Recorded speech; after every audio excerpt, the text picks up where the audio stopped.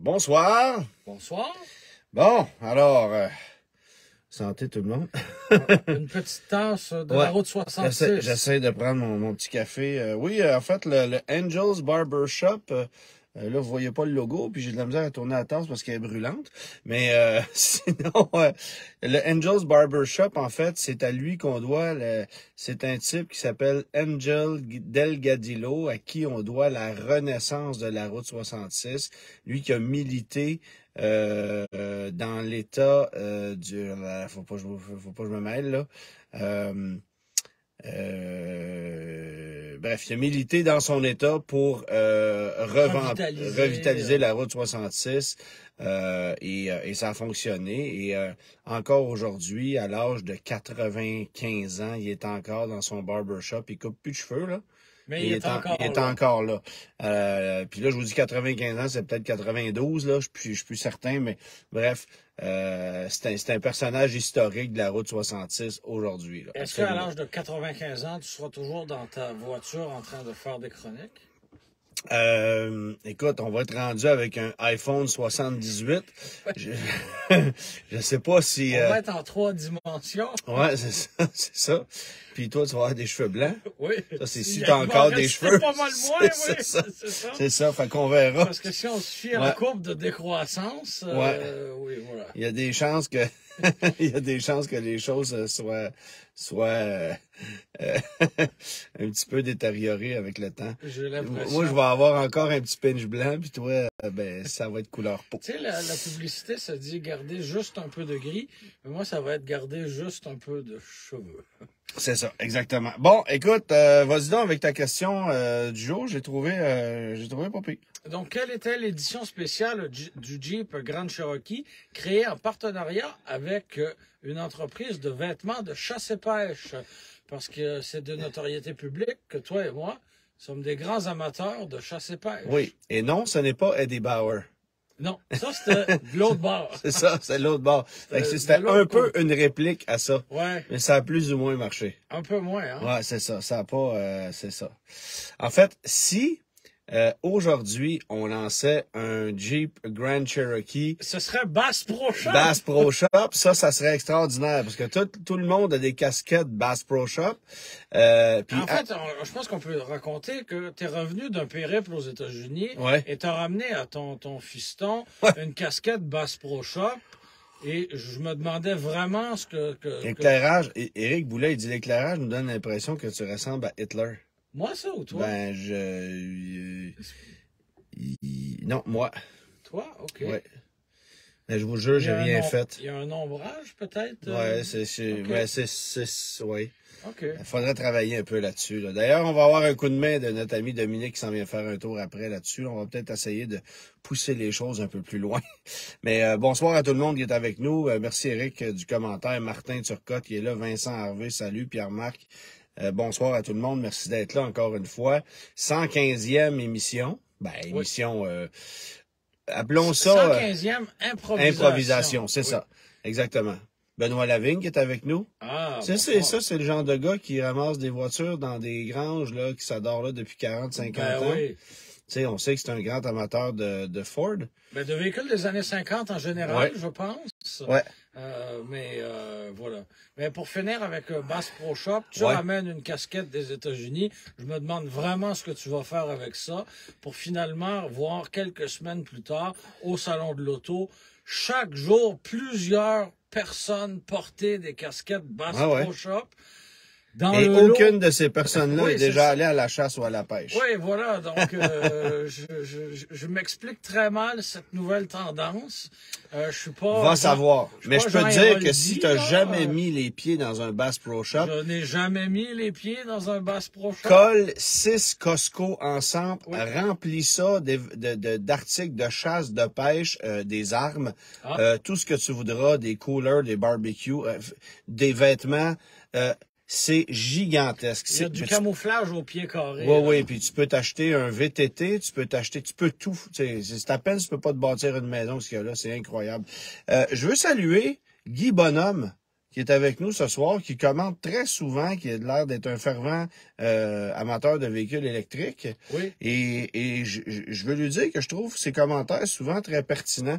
C'est facile de tomber dans l'arrogance quand on a un parti pris pour un ou l'autre.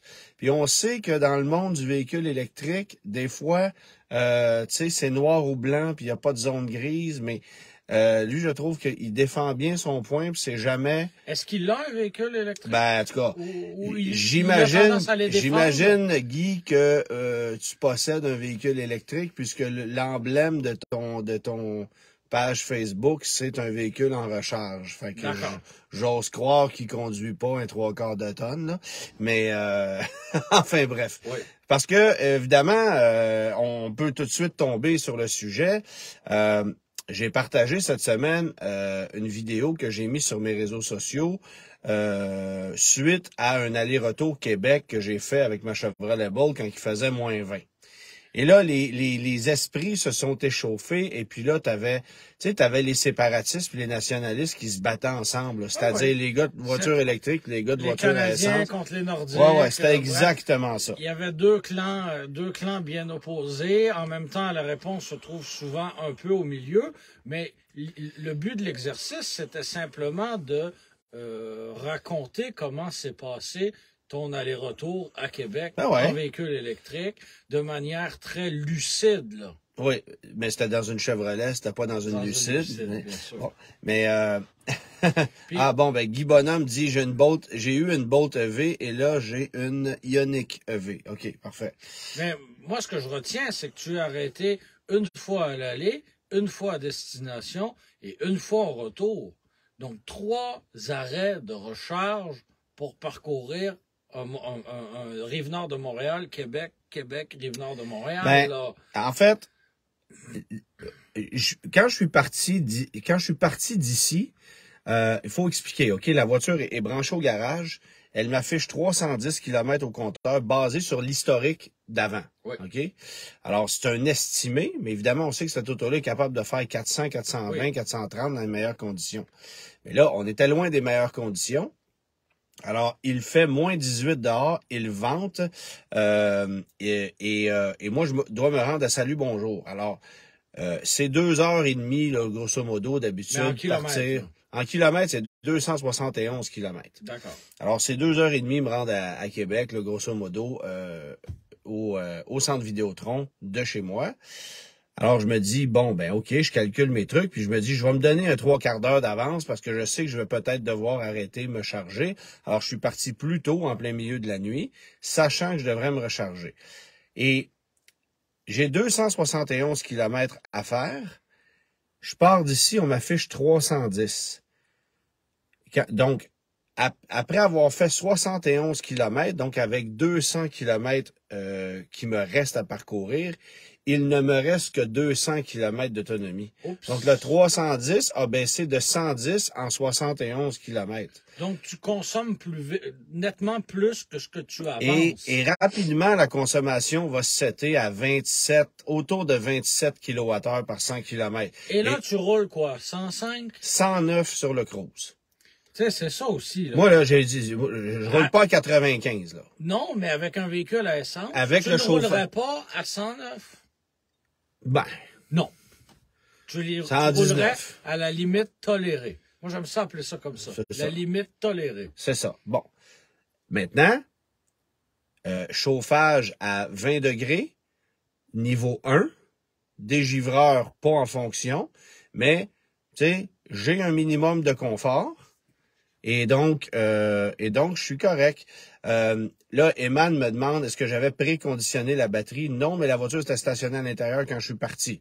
C'est vrai que ça a un impact, effectivement. Mais, alors, je suis sur la route. Plus rendu, là. Mais là, je fais le calcul. En fait, c'est pas dur. Tu as une batterie de 66 kWh.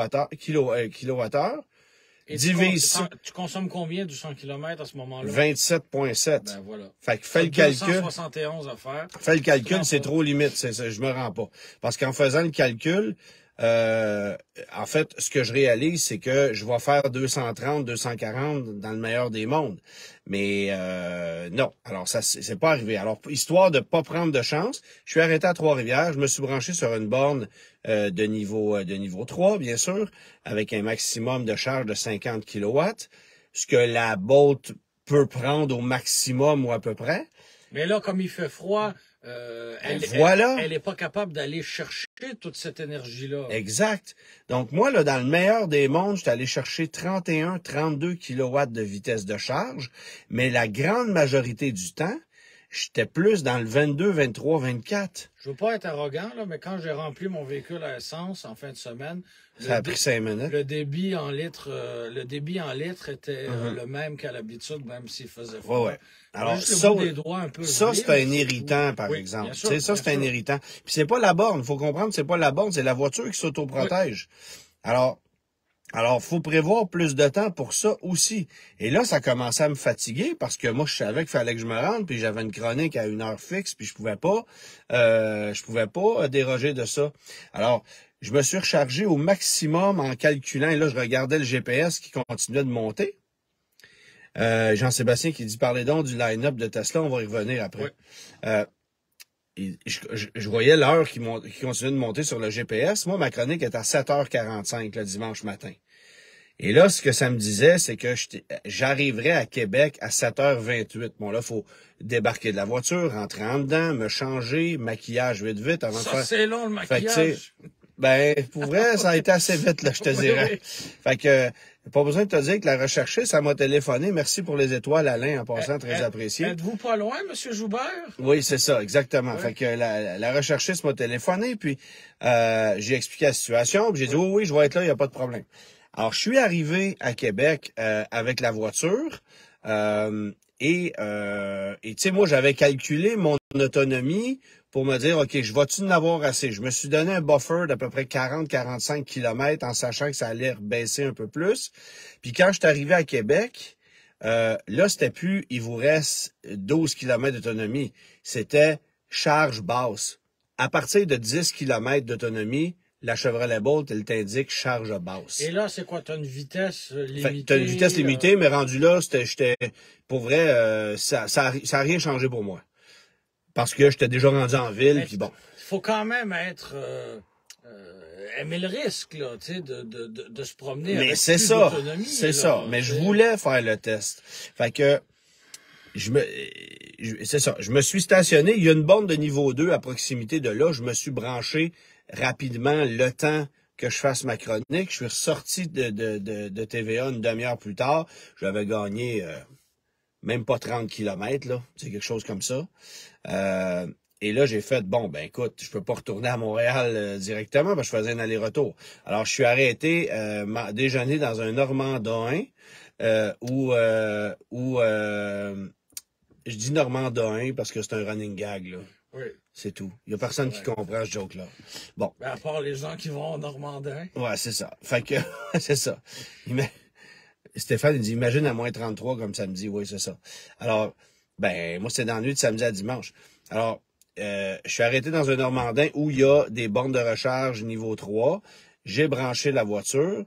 Et là, la vitesse de charge a augmenté, était plus rapide, au moins. OK. Alors, tu sais, là, je suis allé chercher du 42, 43, 44 kilowatts. Alors ça, c'était pas pire. Mais l'affaire, tu c'est savais que même si tu grimpais jusqu'à 100%, tu n'allais pas pouvoir revenir d'un seul coup. Ben, tu vois, là, j'étais plus certain.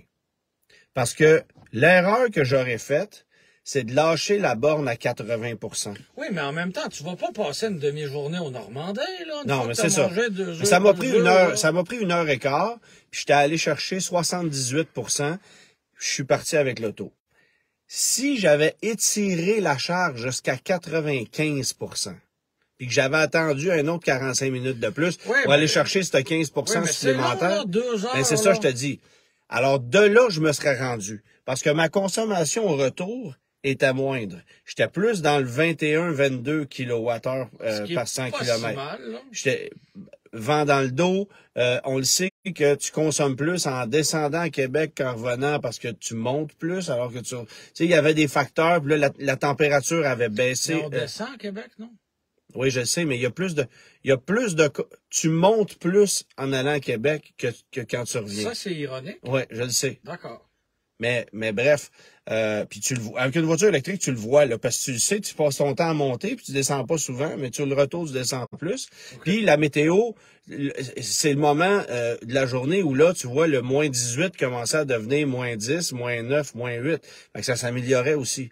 Alors, sur une pleine charge, je l'aurais fait au retour. Mais comme je me suis chargé... Encore là, ça aurait été extrêmement limite. Ça aurait été limite. Arrivé ici en mode tortue. Ça aurait été avec limite. Les clignotants qui n'arrêtent pas de flasher. Là, ça aurait été limite, mais je l'aurais fait. OnStar t'aurait appelé pour te demander... Non, j'ai pas pris l'abonnement. Ah non? Non. Pourtant, c'est un service dont on ne peut pas se passer. Regarde, c'est ça. Tu sais, fait que... Non. As-tu renouvelé Sirius? Non. Non plus? Hey... Sérieux, pour vrai. Fini avec l'auto électrique. C'est ça. Fait que, bref, sur le chemin du retour, j'ai dû arrêter à Yamachiche, à la sortie 174, pour aller me chercher un peu de charge là. T'as attendu combien de temps, là? Oh, une demi-heure. Bon. Juste pour aller en chercher un peu, là. Juste pour aller en chercher un peu, pour me rendre ici confortable. Quelle perte de temps, là. Oh, oui. Je veux bien, là. J'essaie de mettre de l'eau dans mon vin, là. J'essaie d'aimer ça puis d'y croire, là. Mais tu peux pas perdre 1h30 à Québec puis 3/4 d'heure en route, en chemin, là. Voyons donc. Mais tu sais, moi, je sais qu'il faisait particulièrement froid en fin de semaine, là. Mais je peux pas prendre une demi-journée pour revenir de Québec, là. Alors là, il y a Luc qui dit, qu'il y a une question de vent. Puis il dit qu'on remonte le fleuve. Ouais. Mais c'est ça. On descend à Québec puis on remonte à Montréal. Je sais. Mais il y a bien plus de côtes en montant. En tout cas, c'est ma perception, là. Puis pas comme si je le faisais pas souvent, là. Je vais à Québec pratiquement toutes les semaines. Oui. J'ai pas mal plus l'impression qu'on monte des côtes plus souvent qu'on en descend en me rendant à Québec. Mais effectivement, il y avait une question de vent. Alors là-dessus, il y a un bon point, là. Puis une Bolt, tu sais, c'est une petite bulle, hein. C'est pas, fait que c'est pas, c'est sensible au vent. Ouais, c'est sensible au vent. Mais Éric, il dit, tu prends la 20 ou la 40? Je prends toujours la 40. Oui. Ouais. Mais le moins possible, le tunnel. Tu sais, on dirait que de ce temps-là, ça va moyen, là. Puis, il y a généralement moins de trafic sur la 40, là. Oh, il y a beaucoup moins de camions, il y a beaucoup moins de... Ouais. Mais bref, alors c'est ça, tu sais, j'étais arrêté à Yamachiche, je suis arrivé ici, il me restait encore un 40-50 km d'autonomie, puis là, j'ai branché la voiture. L'expérience comme telle, c'est pas génial, c'est sûr que tu perds du temps. Moi, je voulais faire le test. J'ai aussi le luxe de pouvoir prendre d'autres voitures à essence si je veux, tu sais, dans un exercice comme celui-là. La réalité, c'est que monsieur, madame, tout le monde a un ou peut-être 2 véhicules à la maison, puis c'est tout, là. Et si ton seul véhicule du foyer, c'est une Chevrolet Bolt, ben attache ta tuque que si tu veux revenir de Québec. Mais mon argument, c'est que cette semaine-là, si j'avais pris, j'ai un véhicule à essence que j'utilise l'hiver, qui est une vieille minivan qui roule à 11 litres au 100, OK? Ben, si j'avais pris la minivan qui roule 11 litres au 100, ben, je te confirme que ça aurait coûté probablement 125 piastres d'essence. Puis ça t'a coûté combien en électricité? Parce que tu as rechargé 3 fois sur des bornes publiques pour lesquelles tu as déboursé beaucoup de sous comparativement à une recharge à la maison. Ça m'a coûté pour les 3 charges un peu plus de 40 $. Ben, c'est considérable. C'est pas économique, là. C'est moins cher que l'essence. Bien sûr, mais c'est pas gratis. C'est pas gratis. Puis une voiture électrique, faut que tu comprennes ça. Une voiture électrique, faut que tu comprennes ça, là. Puis t'es arrivé c'est ici chez vide. vous. T'es arrivé ici vide. Tu te charges à la maison, ça coûte 5 piastres, 6 piastres. Oui, mais si tu avais voulu repartir 2 heures après, là, t'aurais été coincé encore. Puis Serge, j'ai dit, pourquoi tu voulais pas prendre la grosse brune? Ah, j'ai les pneus d'hiver, moyen. Oui, tu ris, mais il y a quelqu'un qui a un Matador blanc qui a été spoté dans des groupes qui roulent à l'année, on dirait. Là. Ah ouais? Le tien, une familiale, mais blanche. Oui, mais ça, c'est le gars de Granby. Ben, je sais pas de où il est. Il y a l'intérieur bleu, là? Mais le véhicule a été vu sur la route là, quelques fois, là. Ah, oui. Là. Parce qu'il y en avait un à vendre cet été à Grand Bay, un blanc, pas Woody, Ouais, avec un intérieur bleu. Il n'y avait pas de bois. Parce que, entre gars de Matador. Ouais, c'est ça, vous avez un club. C'est ça. Comme les Chevaliers de Colomb, vous avez votre propre signe. Ouais. Bon. Philippe, il dit Tesla Model 3 2018, 480 km full. J'ai fait 325 à 110 à moins 14. Je suis arrivé, il me restait 15 km. Puis tu vois, je trouve ça très optimiste. Ouais. Ça se peut, là, à moins 14, les conditions, tout dépendant. Mais tu sais, moi, ma constatation, c'est que en bas de moins 15, là, tu perds 40% facilement. Ouais. Ouais. C'est ça la vérité. Peu importe le véhicule. C'est pas parce que tu roules une Tesla que c'est meilleur, là. Puis tu avais un autre véhicule électrique à ce moment-là dont tu faisais l'essai. Ouais. Et tu te serais pas plus rendu, là. Ben, en fait, le EQS VUS, tu te serais pas plus rendu. Ben, tu sais, le EQS VUS, je l'avais beaucoup roulé durant la semaine. Puis là, ça va me dire comment ça se fait que tu as décidé de prendre une Bolt plutôt qu'un EQS VUS. Côté confort, oui, je suis d'accord. Je voulais l'essayer, ma voiture, dans ces conditions-là. Ouais. Au moins une fois, vraiment faire le test. Puis, Germain va user son e-Baron avant de s'acheter un véhicule électrique. Je trouve ça pas pire. Ouais. Ben oui, il y a déjà l'impression qu'il y a un électrique avec le e-Baron. Oui, exactement. Mais c'est ça. Le suffixe et le préfixe E. Mais, non, mais avant d'aller... mais avant le d'aller acheter un EQS... véhicule électrique de 65 000 il y a le temps de se passer du temps en ce qui me concerne. Là. Ah ouais. Je sais pas demain que je vais faire ça. Là. Mais, tu vois, le EQS, c'est 460 km d'autonomie annoncée. Moi, j'ai roulé durant la semaine où la météo était beaucoup plus clémente. Ouais. Puis ça faisait du 300, 320. Mais l'impact de ce véhicule-là, qui annonce 460, mais dont le poids est gigantesque, qui roule sur du 21 pouces, j'ai dit, ça va être l'enfer à moins 20, là. Ouais. C'est sûr. Alors, j'aurais eu le même problème, mais probablement que ça aurait été plus long de recharger la batterie encore que la Bolt. Plus long? Ben, pour aller chercher l'autonomie complète. Mais est-ce qu'il peut recevoir l'électricité plus... Oui, mais sur une bande de dense? 50, sur Oui, une bande de ça. 50, ta cote pareil. Oui. Tu sais, puis il se serait autoprotégé aussi. Ouais. Puis je l'avais roulé Est-ce en que tu aurais masse. pu aller sur une borne plus rapide? J'aurais pu aller sur une 100 kW, mais ça change rien rendu là. Si l'auto se protège, Oui, mais... même si tu es sur une bande de 300 kW, c'est... Parce que la capacité du EQS est certainement plus grande que celle de Ah, la c'est Bolt. clair. Oui, c'est 200. OK. C'est 200, mais tu sais...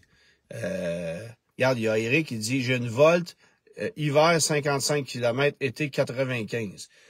Ouais, 95, c'est très, très, très, dans les vraies meilleures conditions, là. Une Volt 95, moi, j'ai jamais réussi à le faire. J'ai fait 85, là. Mais Volt, il annonçait, je pense, 81. Oui. Fait que ça se peut, là. Je veux dire, on est. Mais c'est dans ça. des conditions 95, 55, on parle de 40% de baisse. C'est ça. C'est encore une fois, tu sais. Fait que c'est ça la vérité avec une voiture électrique.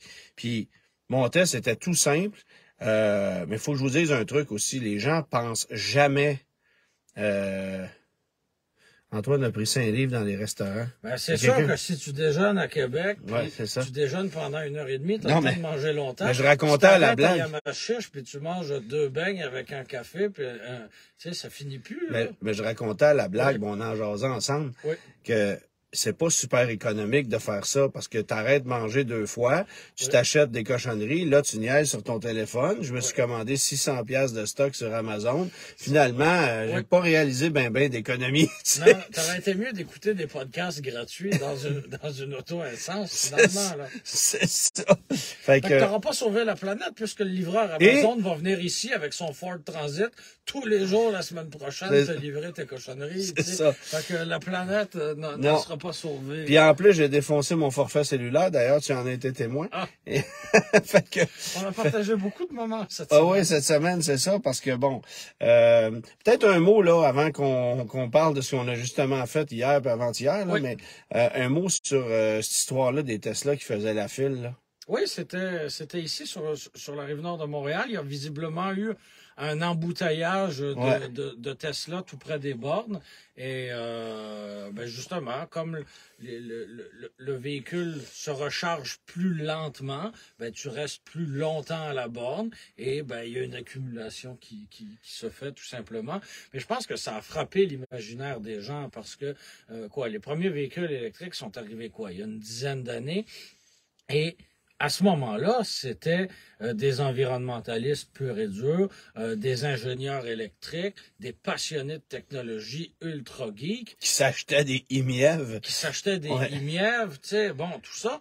Mais là, c'est véritablement monsieur, madame, tout le monde qui achète des véhicules électriques, Ouais. mais qui s'y intéresse aussi et découvre un tout autre univers que celui du véhicule à essence. Et oui, des fils, peut-être pas aussi grandes que ce qu'on a pu voir, c'était vendredi soir, je pense, peut-être pas aussi grandes que ça, mais d'arriver, moi, à une station de recharge où il y a, par exemple, 5 bornes et qu'il n'y en ait qu'une seule de disponible, c'est arrivé. C'est ce qui m'est arrivé à Yamachiche. Et d'arriver à des bornes où, des stations où il y en a 2 ou 3 et que les 3 soient occupés, c'est arrivé aussi. Et là, tu as bien beau là, de regarder sur ton application avant de partir. Ah, je me rends, par exemple, à Ville-Saint-Laurent. Il y a 3 bornes rapides. Je m'y rends, trajet de 20 minutes. Ben, en dedans de 20 minutes, là... ça peut se remplir. Ben, c'est tout à fait, là. Puis là, il t'appelle pas pour te dire, ah, j'ai pris ta borne, là. Non, non. C'est pas comme ça que ça non, une voiture électrique, là, faut que tu aies une borne chez toi, là. Oui, je veux bien, mais des fois, on va plus loin que 200 km de la maison, tu sais. C'est ça, la réalité, là. Mais console-toi, t'as pas une voiture à hydrogène. Ça c'est encore pire, ça. C'est pire que des bracelets de prisonniers. Ça. Mais tu sais, moi, ça me fait rire parce que il y a vraiment des gens Oui. qui s'achètent des Tesla Model 3. J'ai rencontré quelques personnes qui ne se rechargent que sur les bornes Tesla. Oui, oui. Ben, ça, pour moi, c'est stupide. Parce que c'est un choix. Où faut vraiment être dédié, là. Mais honnêtement, t'économiseras pas tant que ça. Un. Deuxièmement, tu viens de brimer la vie un peu, là, le temps d'attente, le temps que tu perds. À moins que tu demeures à proximité de ça, puis encore là, faut que tu l'ailles la redébrancher après. Là, après. attends, là, les bornes Tesla sont en bordure des autoroutes, là. C'est ça se peut que tu habites dans un Tim Hortons. Non, mais sans blague, tu sais. Oui, c'est rapide à recharger une Tesla, là, puis le réseau est génial, mais c'est bon en déplacement. Ça te prend une borne à la maison quand tu as une voiture électrique, là. Autrement, tu t'en sors pas. Tout le monde, là. Je sais. Mais c'est ça quand même la vérité, là.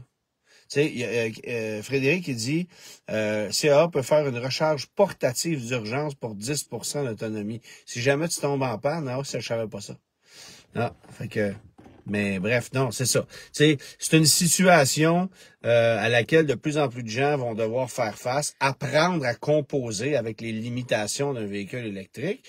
Puis on parlait de l'achalandage du réseau aussi. Bon, il y a des nouvelles bornes qui s'ajoutent continuellement, mais il y a des consommateurs qui prennent possession de leur nouveau véhicule électrique aussi chaque jour.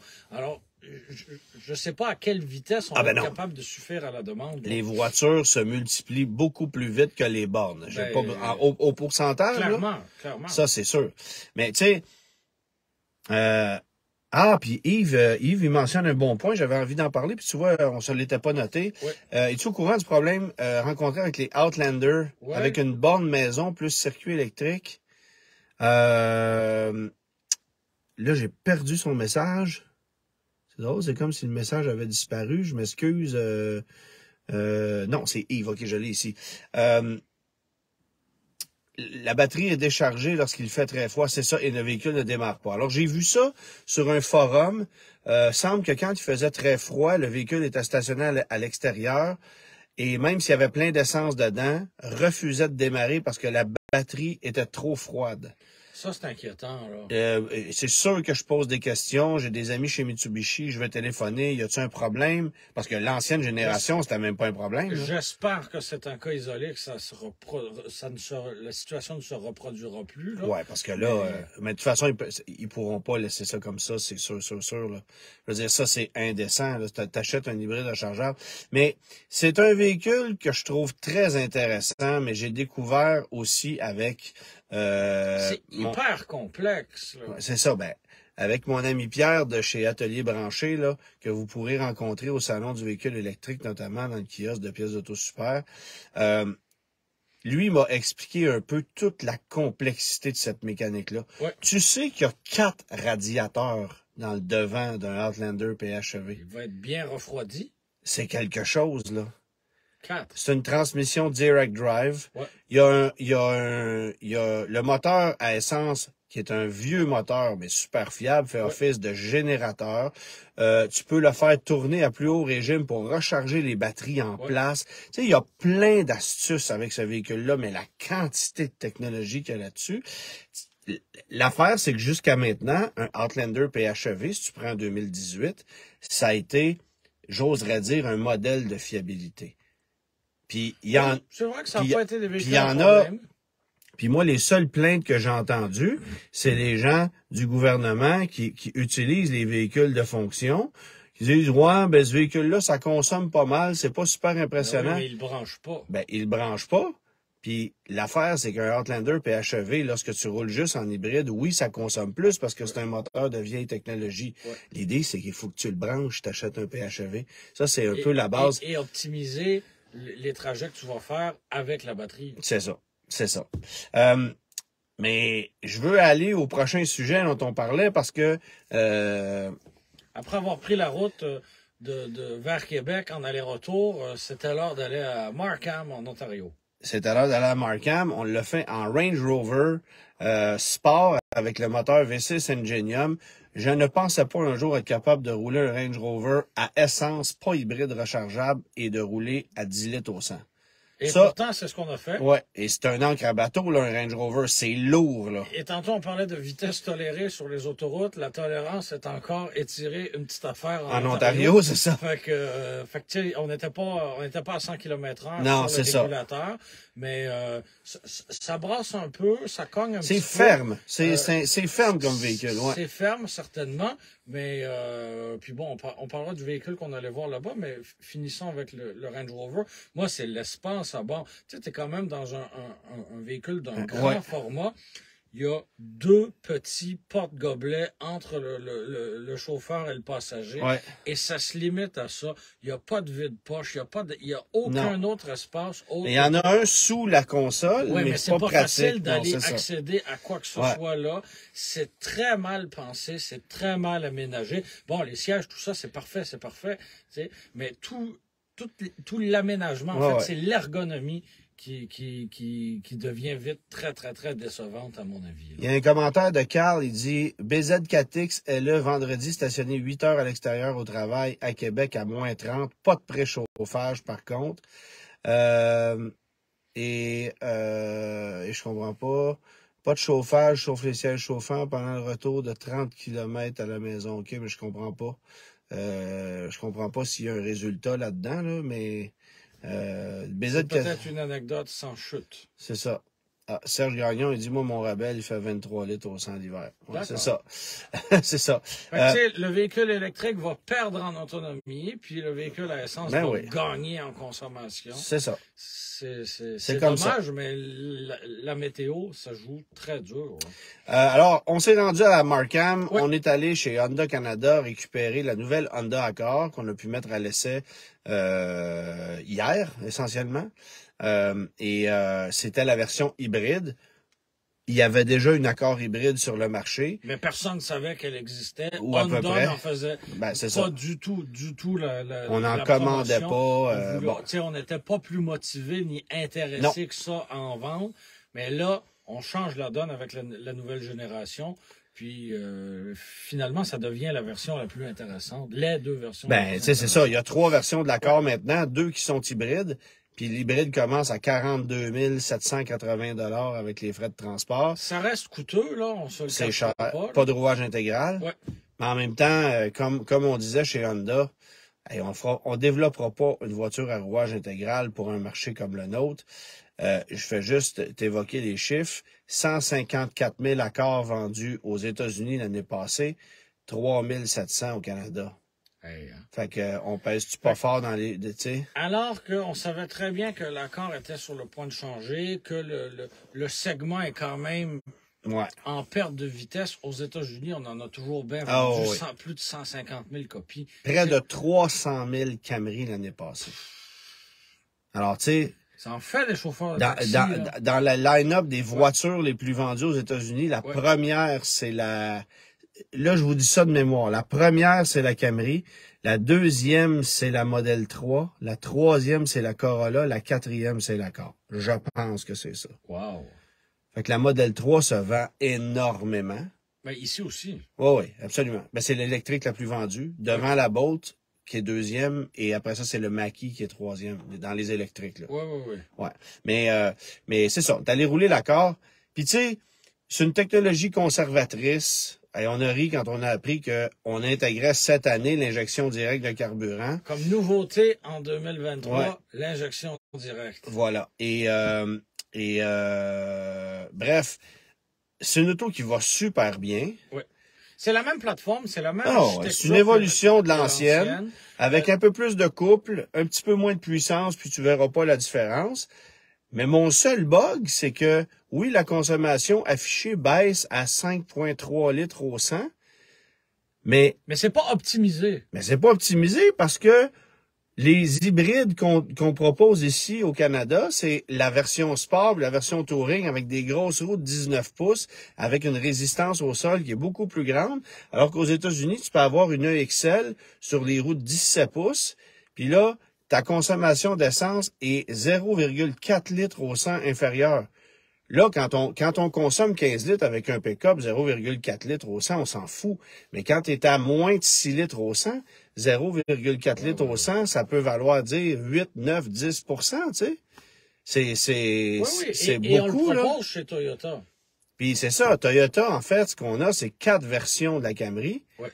Puis évidemment que le modèle d'entrée de gamme, la LE, je pense, a des plus petites jantes, puis là, tu consommes en bas de 5 litres au 100. C'est quand même impressionnant de dire qu'une berline de ce format-là, et on y reviendra sur les dimensions de cette voiture-là, qui est énorme, consomme si peu. Ouais. Oh, ouais, ça consomme pas. Il y a toute la puissance qu'il faut. Le comportement routier est génial. Tu sais, en même temps, il n'y a pas grand-chose à reprocher à cette auto-là, sauf le fait qu'elle est chère à l'achat, mais la dépréciation va être faible, ça va être fiable, ça va être durable, le coût de possession, ça va être rien, mais elle s'est américanisée à un niveau que vous vous doutez pas. Ça me rappelle un peu la Passat en 2011. Ouais, 2012, là, quand on est arrivé en 2012 avec l'Impala. Là, c'est devenu une vraie voiture américaine. Ouais, absolument. Avec un capot qui pesait 500 livres. Pour vrai, là, les Européens qui voyaient notre Passat, ils riaient dans leur barbe, là. On a débadgé un cran de Victoria, puis on a mis un C'était effrayant. Passat, là. Mais là, vous savez que l'Accord 2023 est 5 cm, là. Plus courte qu'un Dodge Charger. Qui est une berline pleine grandeur, qui est jugée comme un monstre. C'est ça. Alors, on est rendu là avec l'Accord. Elle a le même empattement qu'avant, mais elle est 9 cm plus longue. On n'arrête pas de la faire grossir. Puis, à un moment donné, tu sais, je sais pas jusqu'où on va se rendre. Cela dit, ça demeure une belle voiture. Mais les Américains adorent ça. Je veux dire, du Altima aux États-Unis, ça se vend. Ouais. Puis, tu sais... Est-ce qu'ils ont encore la version turbo aux États-Unis de l'Altima? Oui, absolument. Oui, on n'a jamais eu ici. Avec le moteur du QX50. Du QX50, qui était une autre histoire à succès. Et ça, c'est pas drôle pour vrai. J'en vois un sur la route, puis je fais... Hey. Puis imagine quand on voit un QX55. Ouais, ça, c'est encore plus rare. Ça donne envie Party, tu sais, t'as acheté un 649? Ben non, mais d'arrêter le gars à lumière puis de lui demander c'est quoi ton histoire. Ouais. Tu sais, Qu'est-ce qui t'a amené là-bas? Tu sais, ton beau-frère en vend-tu? J'ai beaucoup de questions. Ouais, c'est ça. Tu sais. Ouais, c'est ça. Enfin, bref. Mais pour terminer avec l'accord, Ouais. elle est belle, là. Ouais, vraiment. Elle est belle. Autant l'ancien modèle. Non, l'ancien modèle, moi, je ne l'aimais pas. Mais là, ce que j'aimais... On a fait un beau travail de design. La partie arrière est Ouais. très belle, c'est très fluide. Elle a une personnalité, ce qui n'est pas toujours facile à donner à une berline de ce format-là. Bon, elle est peut-être pas aussi charmante que les vieilles japonaises pouvaient l'être, mais elle demeure, à mon avis, très belle. Ouais, puis il y a Alain qui demande, elle est construite où? Elle est construite en Ohio. Ouais. Marysville, l'usine de Marysville en Ohio. D'ailleurs, ça fait près de 40 ans qu'on fabrique l'accord aux États-Unis. L'usine d'Alliston en Ontario en avait fabriqué pendant quelques années, 86, 87, 88, là, autour de ces années-là. Puis c'est à partir de 90, je crois, qu'on a switché pour la Civic. Autour de ça, là. Et ils ont encore dans une collection chez Honda Canada une des premières, la première Accord qui est sortie de l'usine avec les phares escamotables en 86. Là. Ils ont encore ça flambant neuf dans les hangars de Honda, ça n'a jamais bougé. Je serais curieux d'aller voir ça. On me l'a dit, mais je ne l'ai pas vu depuis plus de 20 ans, cette voiture-là, parce que je me souviens qu'elle était dans le hall de l'usine à Alliston à un certain moment. Mais c'est comme chez Toyota, on a la première Corolla assemblée au Canada dans le hall d'entrée de l'usine en Ontario. Toujours. C'est cool, ça, pour vrai. Oui, oui. Ouais, ça ferait 12 000 $ sur Bring a Trailer. Ah, comme il faut. Tu sais, le numéro de série 001. Ouais, c'est ça. C'est ça. Ce serait spécial. Bon, tu t'en vas à Chicago, ça a l'air? Oui, on a les prochaines semaines seront bien occupées, comme c'est souvent le cas quand l'hiver tire à sa fin et que le printemps arrive. Ouais. Demain, je m'envole pour Chicago pour le salon de l'auto. Ouais. J'ai vu un peu ce qui allait se passer là-bas et ça semble nettement plus prometteur que le dernier salon de l'auto américain auquel j'ai assisté, qui est celui de Détroit. Bon, il y a eu Los Angeles entre les deux, mais Chicago a toujours été, je pense, un salon de l'auto de second rang aux États-Unis. Mais super salon. Moi, j'y suis allé 3 ou 4 fois. D'abord, la ville est magnifique, mais deuxièmement, le McCormick Place, c'est gigantesque. Il y a de l'espace. Et ce que j'ai toujours aimé en tant que chroniqueur... Cette année, au Palais des Congrès, il y en avait aussi de l'espace. Ouais, mais il n'y a pas de parking, maintenant. Mais ce que j'ai toujours aimé à Chicago, c'est que même si c'est pas le salon de l'année, tu as toujours les exécutifs des compagnies qui se déplacent là-bas. Okay. Et comme tu as moins de journalistes, c'est plus facile de rencontrer des exécutifs d'entreprise. Carlos Ghosn ne sera pas là, par exemple. Non, mais tu vois, moi, c'est la première fois que j'avais parlé à Bob Lutz. À l'époque, c'était à Chicago parce qu'il était disponible. D'accord. Tu sais, fait que c'était le fun de... C'est un peu moins couru comme événement. C'est moins couru, mais c'est un très, très beau salon, très vaste. Puis on fait quand même certains dévoilements. Là, il va y avoir la nouvelle Crosstrek, là. Oui, c'est ça. Donc, on avait vu le Crosstrek 2024 dévoilé au Japon. On a vu, entre-temps, l'Impreza aussi. Fait on a des bonnes idées à quoi ressemblera le Crosstrek nord-américain, mais au moins, on aura toutes les infos, tous les détails pour le marché nord-américain. Il y a Toyota qui va dévoiler le Grand Highlander. Et ça, l'année prochaine, ça va être le Grand Highlander XL. XL+. Et je sais pas trop quelle direction on est en train de prendre parce que... En fait, c'est pas compliqué. Le Highlander actuel est pas assez gros face à un Atlas, face au nouveau pilote, fait qu'on l'a grossi. Oui, mais coupe celui-là puis garde juste le gros. Non? Bon, OK. Et... Mais en même temps, c'est sauf ça. Que le Highlander actuel va avoir un 4 cylindres. Est-ce que le Grand Highlander va avoir un 6 cylindres? Je pense que oui. On s'en reparle dans 24 heures. Oui, c'est ça. J'ai les infos dans l'ordi, là, sous embargo, mais je les ai pas regardées pour être honnête. Toi, j'ai pas fait mes devoirs. Mais parce qu'on aura le Highlander, le Grand Highlander, le 4Runner, aux États-Unis, on a le Land Cruiser Le Sequoia. et le Sequoia. Il me semble qu'en termes de VUS intermédiaire et plus, ça fait une gamme très, très, très garnie, là. Ouais, pas pire. On va peut-être ramener l'FJ Cruiser aussi, on ne sait pas. Ça serait bien. La grande Sequoia XL s'en vient, ouais, c'est ça. Ça va être grand. Ça va être grand. Ça, du côté Toyota, effectivement, il y aura le Grand Highlander. Ouais. Chez Volkswagen, ce sera une version rajeunie et rafraîchie du Atlas. C'est ce qu'on présentera. Comme vous m'envoyez excité. On a vu un teaser aujourd'hui sur la page de Volkswagen qui nous montrait le devant de ce nouvel Atlas-là, qui a la nouvelle lumières d'elle, la bande de lumière qui fait tout le tour de la partie avant Adèle. Bon, voilà. Je ne sais pas s'il y aura d'autres changements plus sinon on annonçait quoi? Crosstrek, Grand Highlander et Atlas, c'est pas mal. Puis il y aura peut-être d'autres surprises. Ouais. Moi, dans les prochaines semaines, toi, tu t'en vas conduire l'Aria, mais là, il arrive chez les concessionnaires. Là, ben oui, exactement. Les premiers arrivent en ce moment. Tu vas me dire, il est temps. Effectivement. Et oui, donc ça, on va leur souhaiter plus de succès qu'avec le BZ4X, là. Ouais. Ou on va leur souhaiter qu'il y ait moins de problèmes, du moins. Qu'il n'y ait pas un rappel de Transport Canada 10 jours après qu'il arrive. Ouais, là. c'est ça. Et oui, c'est ça. Donc, je conduirai dans les prochaines semaines le Nissan Ariya à 2 moteurs. Et le Jeep Compass, ça s'annonce franchement excitant. Et parce que pour 2023, très grande nouveauté.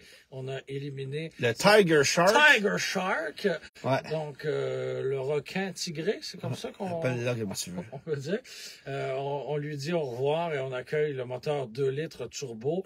Et on me dit à l'oreille qu'il ne se vendra pas plus. Non. C'est ça. Mais, voilà. C'est ça. Faut qu'on t'en parle. Il y aura 0,4 litres de moins sous le capot. C'est ça. Puis on va te le vendre encore plus cher. Tu te souviens que le Compass que j'avais conduit l'année passée coûtait 52 000 $. Ça, c'était franchement exagéré. Ben non, mais on s'insurgeait sur le prix du CR-V hybride à 50 000 $. Oui. Mais t'as quand même plus de viande entre les mains. Énormément plus de viande. Le Compass, à 36 000, tu m'en aurais même pas parlé, puis il est à 51, tu sais. Équipé au bouchon, là. Oui, ce que personne ne devrait faire. Ben non, c'est ça. Stellantis, au bureau chef, on l'a fait. Let's go. Mais j'ai hâte de voir combien il sera plus cher, là, le Compass. Et si on aura d'autres nouveautés, je sais qu'on éliminait la version traction aussi. Ah non, ça c'est dommage. Mais tu sais, de vendre des Jeep traction au Canada, je pense que c'était pas l'idée. Ben j'ai déjà rencontré peut-être, mais moi j'avais fait en fait, quand j'étais à l'école, on était allé à Lancan, en Ontario, et il était passé sur la ligne des Grand Cherokee. Je pense que c'était des Limited à cette époque-là. V8, 5.2 litres. Et fallait, notre job comme étudiant, c'était d'évaluer quelle était la valeur de ces véhicules-là et à combien ça se vendrait, grosso modo. Sans réaliser que ces deux Grand Cherokee-là étaient des 2 roues motrices. Parce que dans ces années-là, on en vendait. De flotte, probablement. C'est ça. Mais dans ce temps-là, ça se vendait. Mais qui achetait ça, un Grand Cherokee propulsion, tu sais? Surtout au Canada. C'est ça. Fait que, Surtout au Canada. C'est ça. Fait que ça, je vais toujours me souvenir de ça. Moi, de mon côté, je pars ce week-end, je m'en vais conduire le Chevrolet Colorado pas au Colorado, en fait, en Californie. Nouvelle génération avec le moteur 2.7 litres. D'ici quelques semaines, il y aura l'essai du Hummer VUS aussi 2024. Alors, je vais aller essayer ça. Et Dodge Hornet aussi, c'est le nouveau VUS de Dodge qui... On peut pas dire qu'il remplace le Journey, là. Mais en fait, si on regarde ça de manière très, très, très, très froide, le Journey était un VUS compact de Dodge. Compact, ouais. Et le Hornet est un VUS compact de Dodge. C'est juste mais que il remplace-tu plus le Nitro ou... Tu poseras la question chez Dodge, le Nitro, voir si on veut aborder la question du Nitro. J'ai comme un doute. J'ai comme un doute qu'on veut pas... T'as assez bien construit, ça. Ça, j'avais assisté au lancement de ce véhicule-là. Pour vrai, là, autant le look était cool, autant la conduite était épouvantable. Qu'est-ce que ça allait mal. Mais c'était exactement comme un Liberty Oui. de cette génération. Oui, oui, ouais, c'est ça. Puis c'est Avec des années. 7 litres? Oui, ben, il y a eu des 4 litres dans la version RT. Oh. Ouais. Le même 4 litres qu'on avait introduit dans la première Pacifica en 2004. D'accord. Et qui s'est ensuite retrouvé dans les caravanes Oui. et dans les routants de première année. Oui, oui, oui. C'était un peu drôle, là, mais c'était ça. Oui, oui. Puis là, ben, t'avais l'année d'après, dans les routants, on avait remplacé le 4 litres par le 3.6. Et là, Volkswagen avait aussi son 3.6. C'est ça. Fait que là, t'avais du monde qui pensait qu'il y avait un VR6 dans un routant. Non, non, c'était pas ça. Pas tout à fait, non. C'est un peu une conception différente. C'est ça. C'est plus, oui, c'est ça. C'était pas exactement ça. Bon, t'as vu quoi, toi, cette semaine? Ben, en fait, j'ai vu dimanche un Chrysler Newport ou New Yorker 67 ou 8 parce que, bon, le modèle était très, très, très similaire sur une remorque plateforme. Ouais. Je ne sais pas s'il sortait d'un entreposage de très longue date, mais il était habillé à la mode des années 80. Là. Okay. Donc, le toit peint en verre avec des roues Kragar. Okay. Ça faisait très, très, très années 80. Alors, quelle histoire il l'attend, je ne sais pas. Est-ce qu'il sera modernisé, ben pas modernisé, mais un peu restauré et amélioré peut-être. Ouais. Mais et on a vu hier sur le chemin du retour une Chevrolet Chevelle Malibu, mais on ne s'entendait pas sur l'année du véhicule. Moi, je suis persuadé que c'était un 70, puis toi, tu dis que c'était un 68 ou 9. J'aurais dit 68 ou 9, mais enfin, c'est ça. Le modèle n'était pas exactement similaire. Alors, en 2 jours, 2 voitures des années 60 sur des remorques plateformes ouvertes. Le printemps s'en vient, Antoine. Ouais. Julie qui demande, elle veut changer son CR-V 2017 Touring pour un Corolla Cross hybride 2023. Est-ce que c'est un bon choix? C'est clair que oui. La seule chose. C'est beaucoup plus petit, là. C'est plus petit. Mais la seule chose, c'est qu'un Corolla Cross hybride consomme pas moins qu'un RAV4 hybride. Non. Donc, n'achetez pas ça si vous pensez que ça consomme moins qu'un RAV4 hybride, parce qu'à ce compte-là, vous seriez mieux que le RAV4. Ouais. Mais si vous voulez avoir quelque chose de plus petit, et conséquemment de peut-être un petit peu moins cher, ben c'est un bon choix. Mais ça fait quand même 6 litres, 6 litres 2, 6 litres 4 au 100, là, à peu près. Ça ressemble à ça. D'accord. Bon, moi, ce que j'ai vu, ben tu l'as vu aussi. Oui. On est allé se promener dans l'arrière-cour chez Honda Canada, puis il y avait des vieilles épaves de Honda des années 90-2000 qui doivent être là depuis un méchant bout de temps. Des Insight non immatriculés, une RSX, épaisse, le beau bleu en plus, une Acura Integra avec le museau qui pointe la lune parce qu'elle avait plus de moteur. Ouais, c'est ça. Il y avait un Acura CL, il y avait un Accord coupé 98. Ouais. Qui était pas mal neuf. Non, c'est ça. Moi, ça me donne l'impression d'autos qui n'ont pas été utilisés ou c'était des voitures de test, quelque chose, mais ça dort en arrière chez Honda. Puis je suis persuadé que si tu veux en acheter une, ça va être assez compliqué. Oui. Ils ont probablement même pas les papiers. Ouais. Mais c'est ça, c'est une voiture. En tout cas, il y avait des joyaux là-bas. Puis je serais très curieux d'aller visiter l'intérieur des murs parce qu'il doit avoir quand même quelques petits trucs intéressants là. Oui, parce que bon, dans l'entrée il y avait des vieilles motos Honda. Ils ont une belle collection de motos Honda.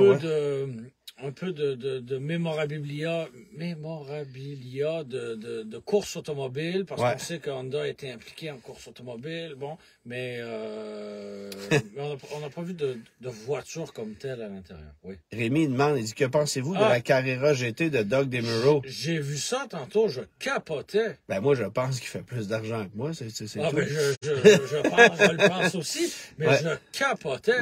Tu sais, parce qu'on sait que c'est un grand amateur de voitures de puristes. Bon, tu sais, t'as pas une Audi RS2. N'achète pas ça par hasard, là. Tu sais, t'as pas un Defender 90 par hasard. Mais là, une Carrera GT, on est ailleurs, là. Oui. On est ailleurs. C'est une sacrée machine. Wow, j'ai été impressionné. Il y a Max qui dit, je suis mort dans une Civic 2006 dans un accident face à 100. Ben, je veux pas vous contredire, mais a priori, vous êtes toujours vivant. Ben, c'est ça que je me demande. Mais en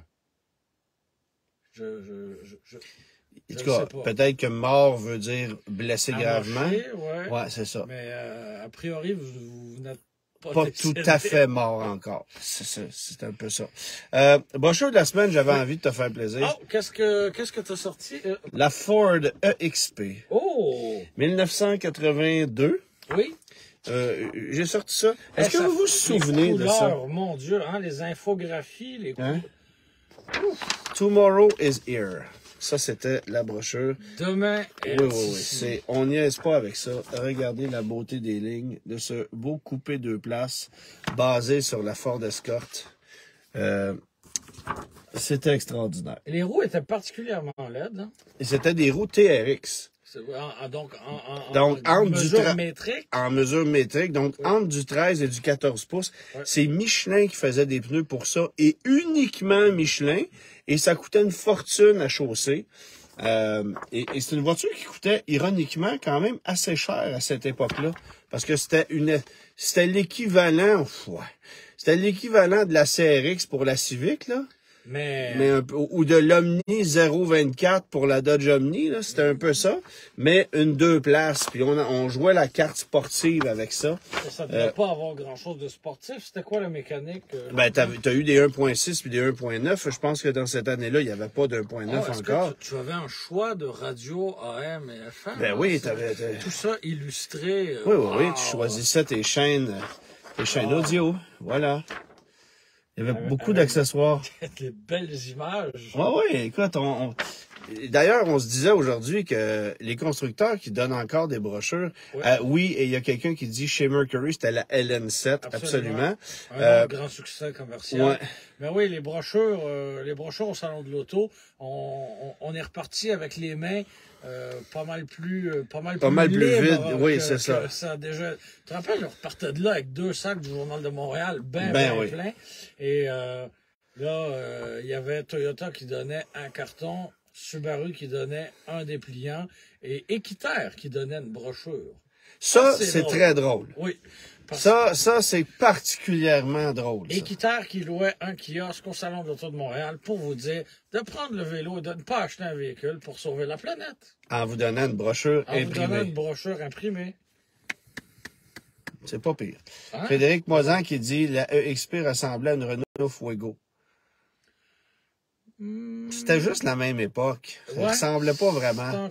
Puis ça se conduisait surtout pas pareil. Mais, dans les deux cas, il y avait des roues TRX. Ah, vois-tu? Tu vois? C'est ça. Mais sur une voiture française, c'est un peu plus logique, là. Avec des pneus Michelin. C'est un peu curieux de conduire une Fuego qu'une EXP. C'est très doux, une Fuego. Je n'ai possédé une, moi, avec un 2.2. J'ai pas eu le turbo, là. C'est très, très doux. C'était zéro sportif, là. Non, mais je trouvais ça plus beau aussi que la EXP. Là. Ben là, j'ai jamais dit que c'était beau. Là. Moi non plus. C'est plus... Enfin, bref. On a le temps pour une question? Ben, vas-y donc. Il y a Sylvain qui voudra savoir, il a un Ram 2017 avec suspension à air. Est-ce une bonne idée de remplacer cette suspension par une suspension conventionnelle? Ah, ben là, j'imagine que l'exercice doit coûter une fortune, là, par exemple. Assurément. Rendu là, si la suspension est défectueuse, je sais pas ce que ça implique de remplacer toute la suspension pneumatique, mais c'est un paquet de troubles, cette suspension-là. Là. On le sait que c'est pas durable, qu'ils ont eu bien des problèmes avec ça. Mais je suis pas certain. Il faudra avoir je suis persuadé que c'est très, très, très compliqué. Il y a Eric qui demande est-ce que c'est bon un El Camino Hyundai. Alors là, on fait référence au Santa Cruz. J'aime pas la mécanique du Santa Cruz. 2.5 turbo puis une transmission double embrayage dans un pick-up.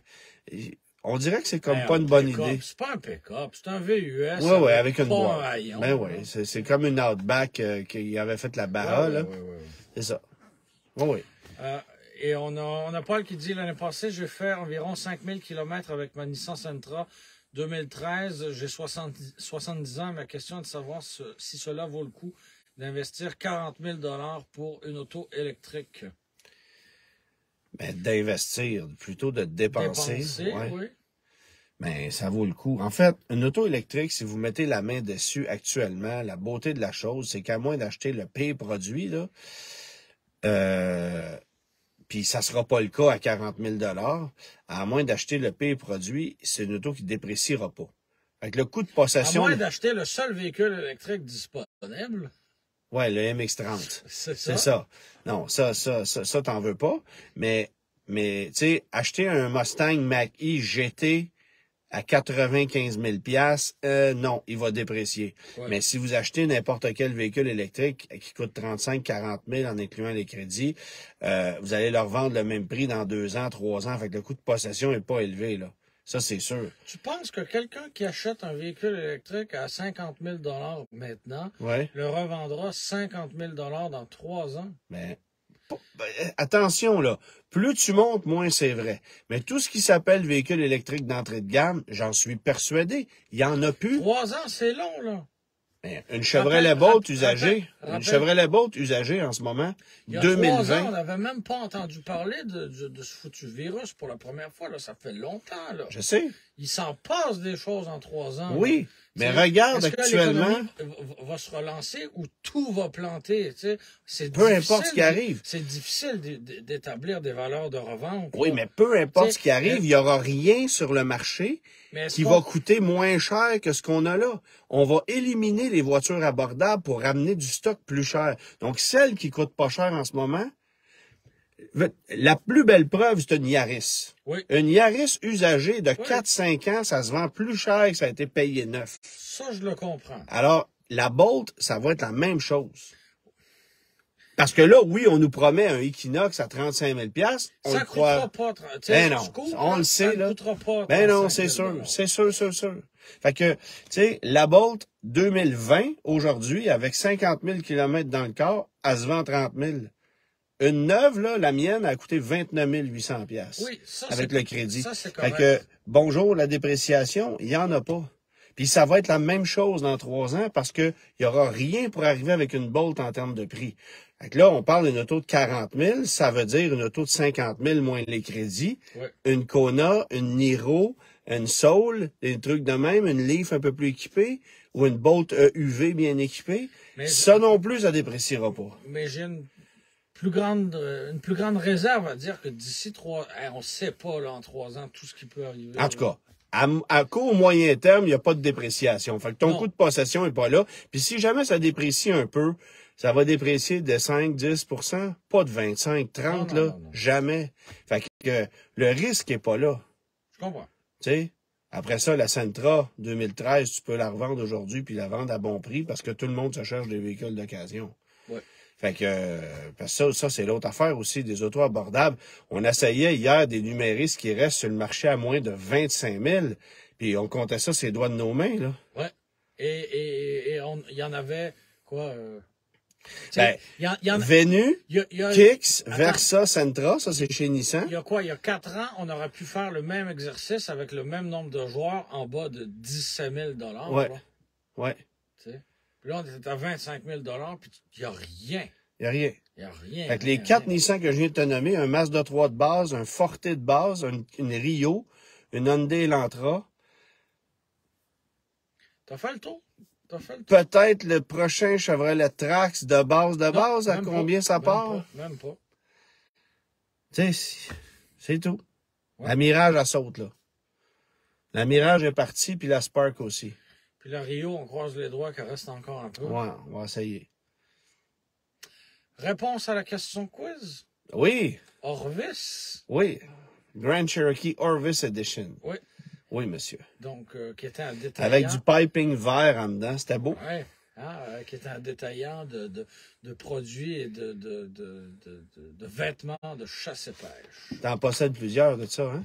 Aucun, je ne porte que du Arnold Palmer. À la semaine prochaine.